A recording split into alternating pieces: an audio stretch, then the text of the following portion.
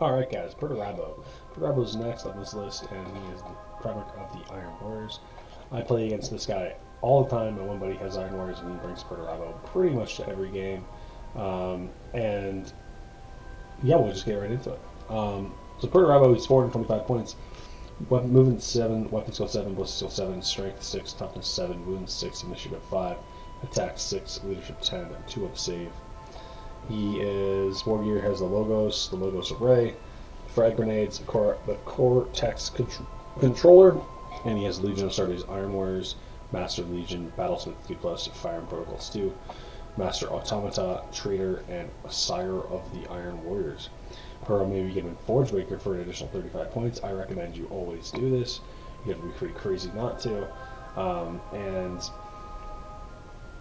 Perterabo as Warlord trait is all Legion of Astartes models infantry type gets rolled an extra dice from taking morale and pinning tests caused by shooting attacks, and we get to discard the highest, meaning that it's going to be nearly impossible to pin his unit, I suppose, even though it can't be pinned. I don't know why this rule's here. They're never taking morale anyway. So this is a strange rule.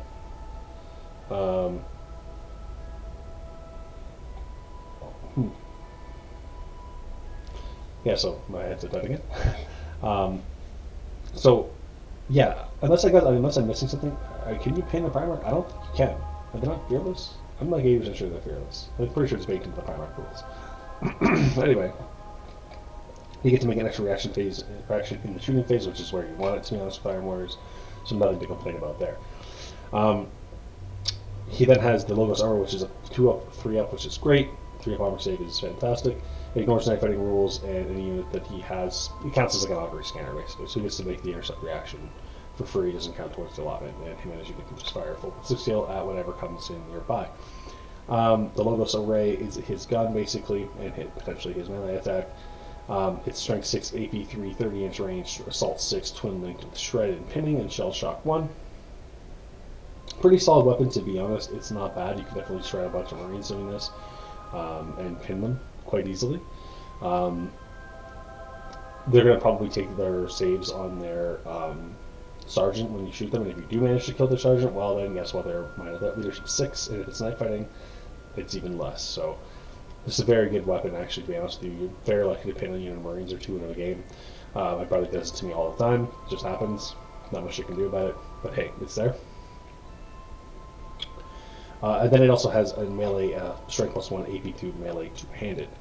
So it is basically just his stat line swinging at you. However, if you chose to pay the 3 points to take Forge Breaker, which again I say you recommend you do, considering this guy's only initiative 5 anyway, he goes to strength 12, AP 1, melee unwieldy, mastercrafted, extra shock 3 plus, and brutal 2. So somehow Forge Breaker got worse when he got it, and when he reforged it, I guess it went to shit. It lost the brutal, and it got unwieldy. Not sure how, but I guess it's because it's not him. I don't know. It doesn't make sense to me. This guy's supposed to be like a master craftsman too. I don't know. I guess he's just shittier worksman than Ferris, which I guess kind of makes sense. But yeah, it's basically Forge Breaker desecrated, so it's been defiled. Anyway, overall, how do I think of Perterabo? If you played him in the previous edition, you're going to know that he got a lot worse.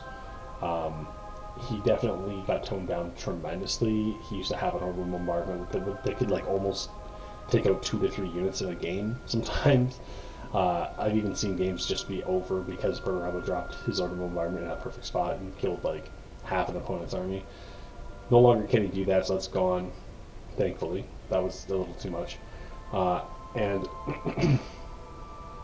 to be honest, he's a little lackluster now. He really won't be able to duel many Primarchs. I've fought him with Levian and Fulcrum, and he's never come out on top. He almost always gets destroyed. Usually I take almost no damage in return. And yeah, saying all that stuff, is he not worth taking? I would say that He's probably not worth taking anymore. I would say that if you want to play competitive Iron Warriors, you definitely don't ever want to take this guy. He doesn't really bring anything all that special. Um, it's a lot of points for something that, in terms of shooting, he's not going to really do a heck of a lot for you. He doesn't bring any army-wide buffs, which is very disappointing for Perterabo. Yeah, he gets an augury scanner, but that's like, I mean, what doesn't have an augury scanner nowadays? It's not really a big deal. The Fury of Vulnerable Save is big, and Forgebringer is a pretty good weapon, even if it's in its nerfed form. But I just don't see it. You know, he's not doing what he does with Ferris. He's worse than Ferris, and he's more points than most of the other Primarchs. He's not a duelist Primarch. He wouldn't be able to stay. He can't stand up to most of the Primarchs in the game. He's striking at always last. Some characters can kill Perterabo. Like Sigismund and them are definitely could do it. It's just he's just not quite all that. That being said, how would you run them? His Iron Circle are absolutely crazy. Per point per pound, they're just basically more dreadnoughts for cheaper. That don't take slots. So he almost always takes Iron Circle with them, and they always perform well. Most of the time, though, I just ignore them.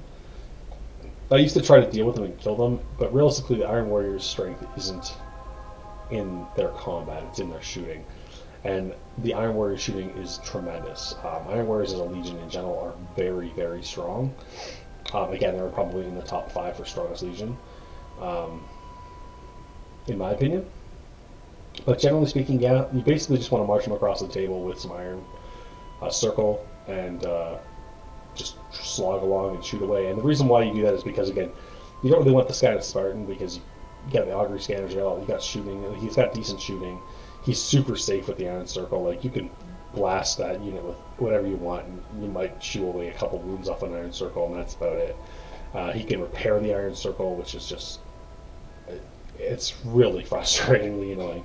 The only saving grace is that the unit moves real slow. It's only a 7-inch moving Primarch, so you can easily just back up, shoot him, back up, shoot him. Generally speaking, you want to just sort of get around behind. You can use them in tactical ways. I mean, when I play against them, my friend uses them sort of as a screen to protect his gun line. And that is quite annoying. But at the end of the day, he's not a great Primarch. He's definitely in the bottom half of bad ones. He's definitely in the bottom half, for sure. So I wish I could say more about Perterabo, but like realistically, he's just not quite bringing anything to the table that you can't get elsewhere, and he's just a slightly better Praetor, right? He's just a Praetor with more wounds that can repair things. Unfortunately, yes, he has a good vulnerable save, and yes, he's really fairly tanky. And he's up in 7, but it's not enough, guys. Not saying not to get Perterabo. His model's fantastic. I love him as a lore-wise. He's fantastic. And I love Perterabo, but in terms of what he was to what he is now, unfortunately, if you played him in first edition and you think about bringing him back, you might want to keep him on the shelf.